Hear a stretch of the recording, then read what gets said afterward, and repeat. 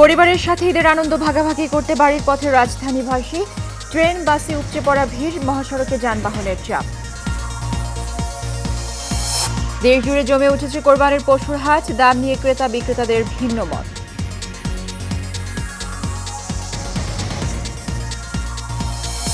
এবং কোরবানি ঈদকে সামনে রেখে বেড়েছে সব ধরনের মশলার দাম, চড়া দরে বিক্রি হচ্ছে মাছ, মাংস, ডিম।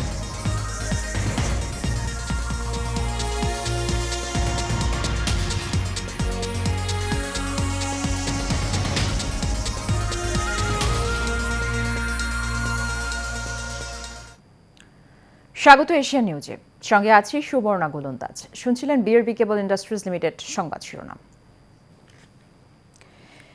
এবারে বিস্তারিত। আর শুরুতেই ঈদ যাত্রার খবর। ঈদে নারীর টানে বাড়ি ফিরছে মানুষ। ট্রেনে, বাসে, লঞ্চে ঢাকা ছাড়ছেন সাধারণ মানুষ।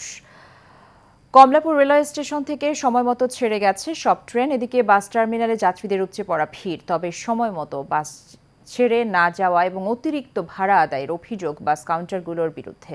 আবির হোসেনের ক্যামেরায় এই টিমিতুর রিপোর্টে বিস্তারিত। দরজায় কড়া নাড়ছে পবিত্র ঈদুল আজহা।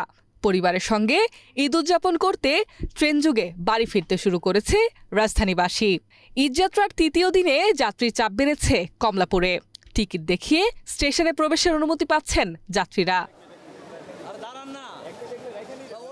দিনের শুরু থেকেই সময় মতো ছাড়া হচ্ছে ট্রেন, এতে স্বস্তি প্রকাশ করেছেন যাত্রীরা। অন্যদিকে কর্তৃপক্ষ বলছে, গতকাল কিছু বিলম্ব হলেও আজ সব ট্রেন চলবে যথারীতি সময় মতো। শিডিউল টাইমে আছে, এখন মোটামুটি 8:15 বাজে, ট্রেনটা ছাড়বে 8:30টায়। টাইমিং মোটামুটি ঠিক আছে। অনেক ভিড় তো, বাচ্চা নিয়ে আসাটা অনেক কষ্ট হচ্ছে। তারপরেও বাড়িতে সবার সাথে ঈদ করবো, এই আনন্দে এইগুলো কিছু মনে হচ্ছে না। সকাল থেকে প্রায় এ পর্যন্ত 7টি ট্রেন বিভিন্ন গন্তব্যতে ছেড়ে গিয়েছে। তো সবগুলা ট্রেনই সময়মতো ঢাকা ছেড়ে গিয়েছে। এদিকে বাস টার্মিনালগুলোতে বাড়ি ফেরা যাত্রীদের ঢল নেমেছে। ঈদের ছুটি শুরু হওয়ায় সড়কপথে মানুষের চাপ চোখে পড়ার মতো।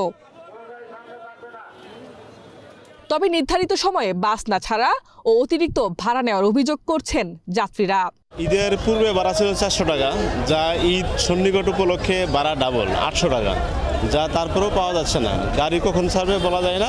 ভোগান্তি বলতে টিকিটটা বেশি, ভাড়াটা বেশি নিচ্ছে। এমনি তো 350-400 করে নেয়, আর সোনার বাংলা হচ্ছে 500, সেটা 800 টাকা হচ্ছে, আর 600 টাকা নিচ্ছে আর অন্য লোকাল গাড়িগুলো। আমরা আগে যেতাম 300-350 টাকা, এখন নিচ্ছে ডাবল 600 টাকা। তো ভাড়াটা কমালে আমাদের জন্য ভালো হয়। মহাসড়কে যানজটের কারণে দূরপাল্লার বাসগুলো রাজধানীতে প্রবেশ করতে দেরি হচ্ছে। এতে দীর্ঘ সময় অপেক্ষা করতে হচ্ছে যাত্রীদের। শত ভোগান্তির পরেও বাড়ি ফিরতে উন্মুখ হয়ে রয়েছেন যাত্রীরা। এই মিতু, এশিয়ান টেলিভিশন, ঢাকা।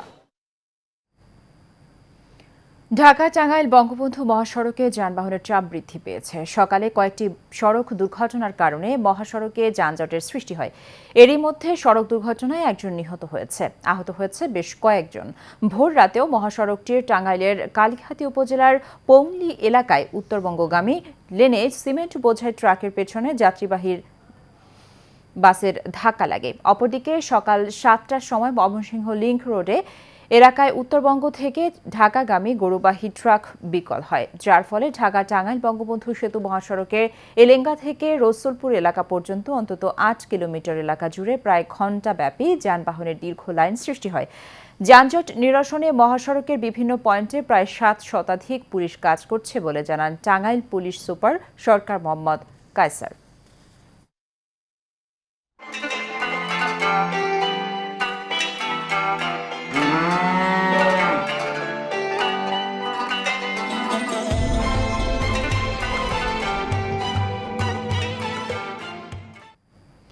এবার কোরবানির হাটের খবর। ঈদুল আজহার বাকি 3 দিন।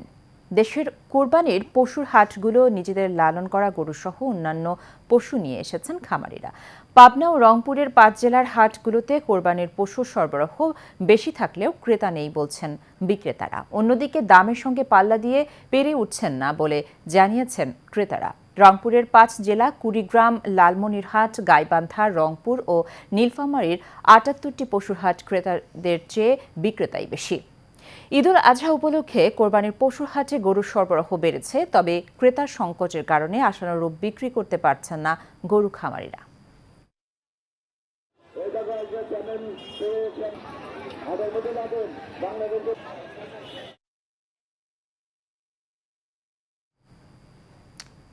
সব থেকে বিশাল বাণিজ্যিক খামার এক খামারই রয়েছে নানা প্রজাতির 4.5 শতাধিক গরু। বলছিলাম ঢাকার অদূরে সাভারের বিরুলিয়ায় গড়ে ওঠা আমির মোহাম্মদ এগ্রো ফার্মের কথা, যেখানে প্রাকৃতিক উপায়ে নিবিড় যত্নে লালন করা হচ্ছে গবাদি পশু, যে কারণে এরই মধ্যে এবারের কোরবানির ঈদের জন্য প্রস্তুত করা গরুর 90% বিক্রি হয়ে গেছে। দেওয়ানি মনের রিপোর্টে বিস্তারিত জানাচ্ছেন অনুকৃতি আদিত্য।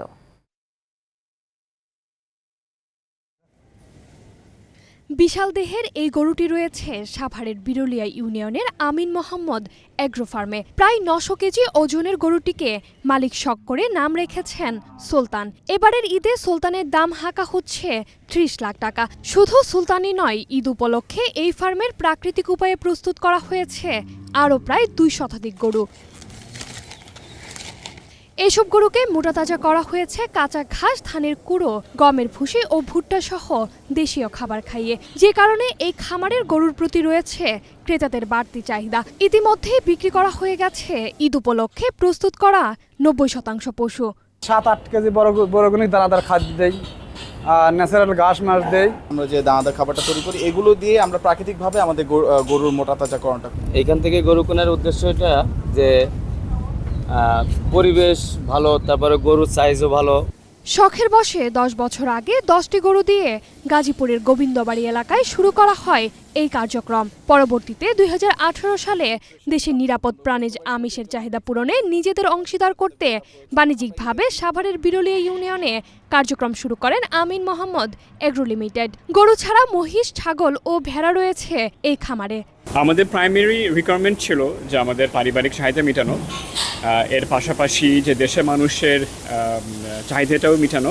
আমিন মোহাম্মদ এগ্রো খামার থেকে গরু কিনলে দেয়া হচ্ছে ফ্রি হোম ডেলিভারির সুবিধা। অনুকৃতি আদিত্য, এশিয়ান টেলিভিশন। এবার যাচ্ছে অন্যান্য সংবাদে। কোরবানির ঈদের বাকি হাতে গোনা মাত্র কয়েকদিন। এরই মধ্যে প্রিয়জনের সঙ্গে ঈদ করতে রাজধানী ছাড়তে শুরু করেছেন মানুষ। তবে রোজার আগে যেভাবে পণ্যের দাম বেড়েছিল, বর্তমানে ঠিক একই পরিস্থিতি চলছে বাজারে। চড়া দরে বিক্রি হচ্ছে মশলা, মাছ, মাংস, ডিম সহ প্রায় সব পণ্য। এতে স্বস্তি নেই ক্রেতার মনে। তাদের দাবি, নিজেদের ইচ্ছা মতো দাম হাঁকাচ্ছেন ব্যবসায়ীরা। দেখার নেই কেউ। এই চিমিতুর রিপোর্টে বিস্তারিত। কোরবানির ঈদের বাকি হাতে গোনা মাত্র কয়েকদিন। ঈদ সামনে রেখে প্রয়োজনীয় বাজার সারছেন ভোক্তারা। তবে পণ্যের দাম ক্রেতাদের স্বস্তি দিচ্ছে না। বিশেষ করে মশলাজাতীয় পণ্যের দাম এখন বেশ চড়া। এছাড়াও দাম বাড়ার তালিকায় রয়েছে আদা, রসুন, পেঁয়াজ, মাছ, ডিম সহ নিত্যপণ্য। ব্যবসায়ীরা বলছেন, আমদানি কমায় পণ্যের দাম বেড়েছে পাইকারি বাজারগুলোতে। এর প্রভাব পড়েছে খুচরা বাজারেও। মাছের দাম একটু পার কেজিতে মনে করেন যে 50-60 টাকা বাড়ছে, বাড়তি আমদানি কম। শসা বাড়ছে, টমেটো বাড়ছে, কাঁচামরিচ বাড়ছে। কারণ কি, এটা আমার কিছু করার নাই। এলাচির মধ্যেও ডিফারেন্স, গোলমরিচ, লবঙ্গ, জিরা সবটির মধ্যে কিছু কিছু ডিফারেন্স আছে। আদার দামটা অতিরিক্ত বেশি। ক্রেতাদের অভিযোগ, নিয়মিত বাজার মনিটরিং করা হয় না। এতে বিক্রেতারা ইচ্ছে মতো দাম বাড়াচ্ছে। বাজার অনেক কঠিন, অনেক দাম বাড়ছে। বাজার তো একদম পুরোপুরি আগুন। মাছের যে দাম আগের তুলনায় অলমোস্ট প্রত্যেক কেজি 100-150 টাকা বেশি। দারচিনি আগে ছিল 540 টাকা, এখন বর্তমানে 620 টাকা। প্রত্যেকটা মূল্যই ঊর্ধ্বগতি। এই মনিটরিংটা গভর্নমেন্টের করতে হবে, জনগণের দিকে তাকাতে হবে, তাহলেই জনগণ ভালো থাকবে, সরকারের দিকে অনুকূল হবে। অসাধু ব্যবসায়ীদের দমাতে বাজারের নামমাত্র তদারকি করে দাম নিয়ন্ত্রণে আনা যাবে না। এজন্য সরকারের দৃশ্যমান কঠোর পদক্ষেপ দরকার বলে মত সাধারণ ক্রেতাদের। H M Itu, Asian television, Dhaka. বিএনপির শুরু থেকে শেষ পর্যন্ত সবাই দুর্নীতিবাজ বলে মন্তব্য করে আওয়ামী লীগ সাধারণ সম্পাদক ওবায়দুল কাদের। বলেন, বিএনপির আমলে দুর্নীতির বিচারের কোনো নজির কিংবা সৎ সাহসও ছিল না। আওয়ামী লীগ সভাপতি ধানমন্ডির রাজনৈতিক কার্যালয়ে ব্রিফিংয়ে এসব কথা বলেন। ওবায়দুল কাদের বলেন, নির্বাচনে আসলে ভালো করত বিএনপি, কিন্তু তারেক রহমান নিজের অবস্থান হারানোর ভয়ে দলকে সবকিছু থেকে বিরত রেখেছে। বিস্তারিত নূর মোহাম্মদ ভুঁইয়ার রিপোর্টে। চলমান রাজনৈতিক অঙ্গনে সমসাময়িক নানান বিষয় নিয়ে আওয়ামী লীগ সভাপতির ধানমন্ডির রাজনৈতিক কার্যালয় থেকে প্রেস ব্রিফিং করেন দলের সাধারণ সম্পাদক, সড়ক পরিবহন ও সেতুমন্ত্রী ওবায়দুল কাদের। এ সময় তিনি বলেন, বিএনপি স্বাধীনতার মূল্যবোধ মানে না, তারা গণতন্ত্রকে গিলে খেয়েছে। এরা এই দেশের মুক্তিযুদ্ধের মূল্যবোধ, স্বাধীনতার আদর্শ এরা মানে না। এরা এই দেশের গণতন্ত্রকে গিলে খেয়েছে। সংবাদ সম্মেলনে সাবেক আইজিপির প্রসঙ্গ টেনে বিএনপির আমলে দুর্নীতির চিত্র তুলে ধরেন আওয়ামী লীগ সাধারণ সম্পাদক। বিএনপি আমলে কত সন্ত্রাসী, দুর্নীতিবাজ, বেনজিরের জায়গায় কোহিনুর, আশরাফুল হুদা, রকিবুল হুদা, এইসব লোককে আইজিপি বানানো হয়েছিল। এদের দুর্নীতির গল্প শুনলে শিউরে উঠতে। তারেক রহমানকে ভালো মানুষ সাজানোর চেষ্টা করছে বিএনপির মহাসচিব জানিয়ে ওবায়দুল কাদের বলেন, অপরাধের শাস্তি তারেককে ভোগ করতেই হবে। তাকে এখানে এনে শাস্তি ভোগ করাতে হবে, সেটাই আমাদের মাননীয় প্রধানমন্ত্রী বলেছেন। নূর মোহাম্মদ ভুঁইয়া, এশিয়ান টেলিভিশন, ঢাকা। বঙ্গবন্ধুর আদর্শ ধরে রেখে রাজনীতি করার জন্য নেতাকর্মীদের পরামর্শ দেন বঙ্গবন্ধু সৈনিক লীগের কেন্দ্রীয় কমিটির সভাপতি বীর মুক্তিযোদ্ধা আলহাজ হারুনুর রশিদ সিআইপি। তিনি বলেন, বঙ্গবন্ধু দেশের কল্যাণে নিজেকে উৎসর্গ করেছেন, তার জন্ম না হলে স্বাধীন বাংলাদেশের জন্ম হতো না। বৃহস্পতিবার নিজ কার্যালয়ে রাজধানীর কামরাঙ্গীরচরের সৈনিক লীগের সাবেক দুই সভাপতি হাজী মোহাম্মদ নূর হোসেন ও সিরাজ উদ্দিন সোহাগ সহ স্থানীয় নেতাকর্মীরা ফুলেল শুভেচ্ছা জানাতে আসলে এসব কথা বলেন তিনি। এ সময় উপস্থিত ছিলেন বঙ্গবন্ধু সৈনিক লীগ ঢাকা মহানগর দক্ষিণের সভাপতি মঞ্জুরুল ইসলাম বাহার সহ অন্যান্য নেতৃবৃন্দ। মাননীয় প্রধানমন্ত্রী তার হাতকে শক্তিশালী করার জন্য এই বঙ্গবন্ধু সৈনিক লীগ আমরা একসাথে কাজ করব, একলগে কাজ করে এই দেশকে শক্তিশালী করব। আমাদের বঙ্গবন্ধু সৈনিক লীগের ভিতরে যেন কোনো কোন্দল না থাকে, আমি চাই এক হইয়া আমরা কাজ করতে।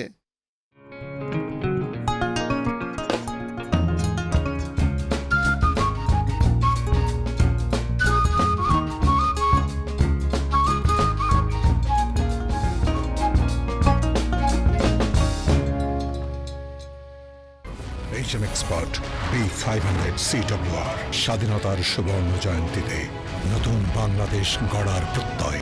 HM Steel B500 CWR।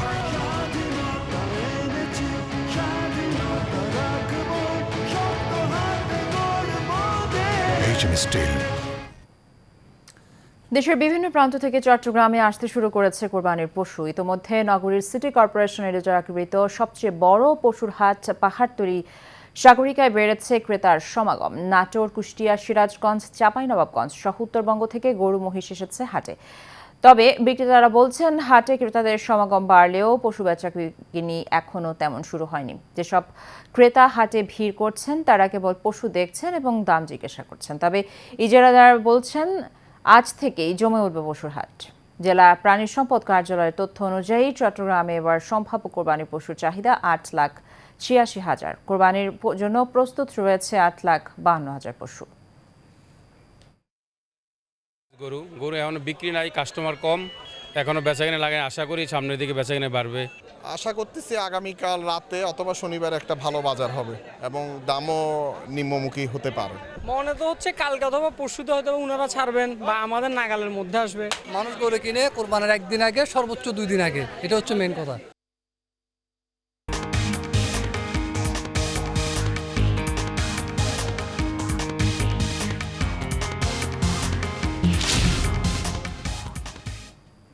এবারে আন্তর্জাতিক প্রসঙ্গ।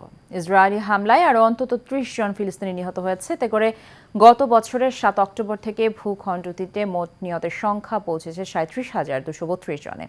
আজ গাজার স্বাস্থ্য মন্ত্রণালয় এই তথ্য জানিয়েছে। টানা 8 মাসেরও বেশি সময় ধরে ফিলিস্তিনের অবরুদ্ধ গাজা ভূখণ্ডে অবিরাম হামলা চালিয়ে যাচ্ছে ইসরায়েল। স্কুল, শরণার্থী শিবির, মসজিদ, গির্জার পাশাপাশি হামলার লক্ষ্যবস্তু হয়েছে হাসপাতালগুলো। গাজার স্বাস্থ্য ব্যবস্থাও ইতিমধ্যে ভেঙে পড়েছে। এর সঙ্গে অবরুদ্ধ এই ভূখণ্ডটিতে দেখা দিয়েছে তীব্র মানবিক সংকট। পরিস্থিতি এতটাই খারাপ যে গাজাকে বসবাসের অযোগ্য করে ফেলা হয়েছে বলে জানিয়েছে ফিলিস্তিনে নিযুক্ত জাতিসংঘের শরণার্থী বিষয়ক সংস্থা UNRWA। নওগাঁয় মহাদেবপুরে 40টি শিশু সদনে নেই কোনো এতিম বা দুস্থ। তারপরও উপজেলা সমাজসেবা কর্মকর্তা রকুনুজ্জামানের কারসাজিতে ভুয়া এতিমখানা কমিটির সভাপতি মান্নান বাচ্চু এতিমদের নামে হাতিয়ে নিচ্ছেন লাখ লাখ টাকা। মহাদেবপুর উপজেলা নির্বাহী অফিসার কামরুল হাসান সোহাগ ও সমাজসেবা ভারপ্রাপ্ত অফিসার রাজীব আহমেদ এ ব্যাপারে কিছুই জানেন না। মহাদেবপুর প্রতিনিধি মোখলেসুর রহমানকে সাথে নিয়ে মন্ডলে নামের রিপোর্ট।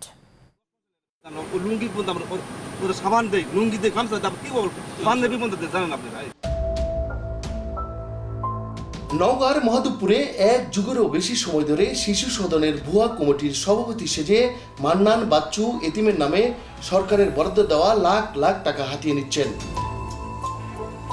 মহাদেবপুর দক্ষিণ গোবিন্দপুর মান্নানের মফিজউদ্দিন কওমি মাদ্রাসা ও বিলকিসারা স্মৃতি বেসরকারি শিশু সদন এতিমখানা সহ 40টি শিশু সদনের এতিমের নামে প্রতি বছরেই সরকারি বরাদ্দের টাকা লোপাট করছে এই চক্রটি।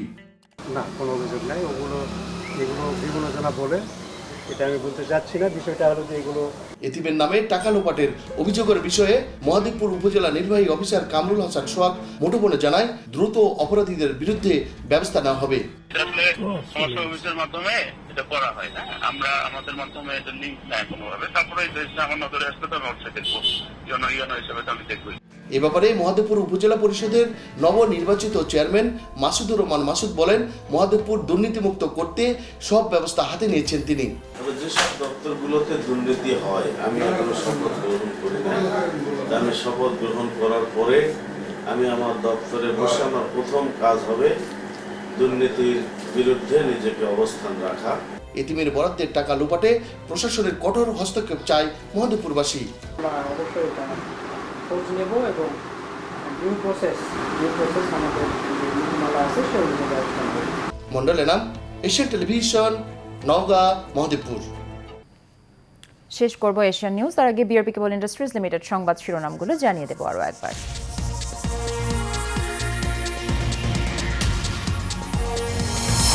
পরিবারের সাথে ঈদের আনন্দ ভাগাভাগি করতে বাড়ির পথে রাজধানীবাসী। ট্রেন, বাসে উপচে পড়া ভিড়, মহাসড়কে যানবাহনের চাপ। দেশ জুড়ে জমে উঠেছে কোরবানির পশুর হাট। দাম নিয়ে ক্রেতা বিক্রেতাদের ভিন্ন মত।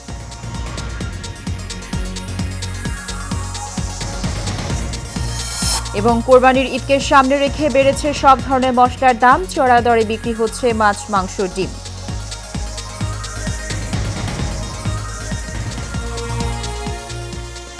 এশিয়ান নিউজ এ পর্যন্তই। আমাদের পরবর্তী সংবাদ দেখার আমন্ত্রণ রইল। ধন্যবাদ সাথে থাকার।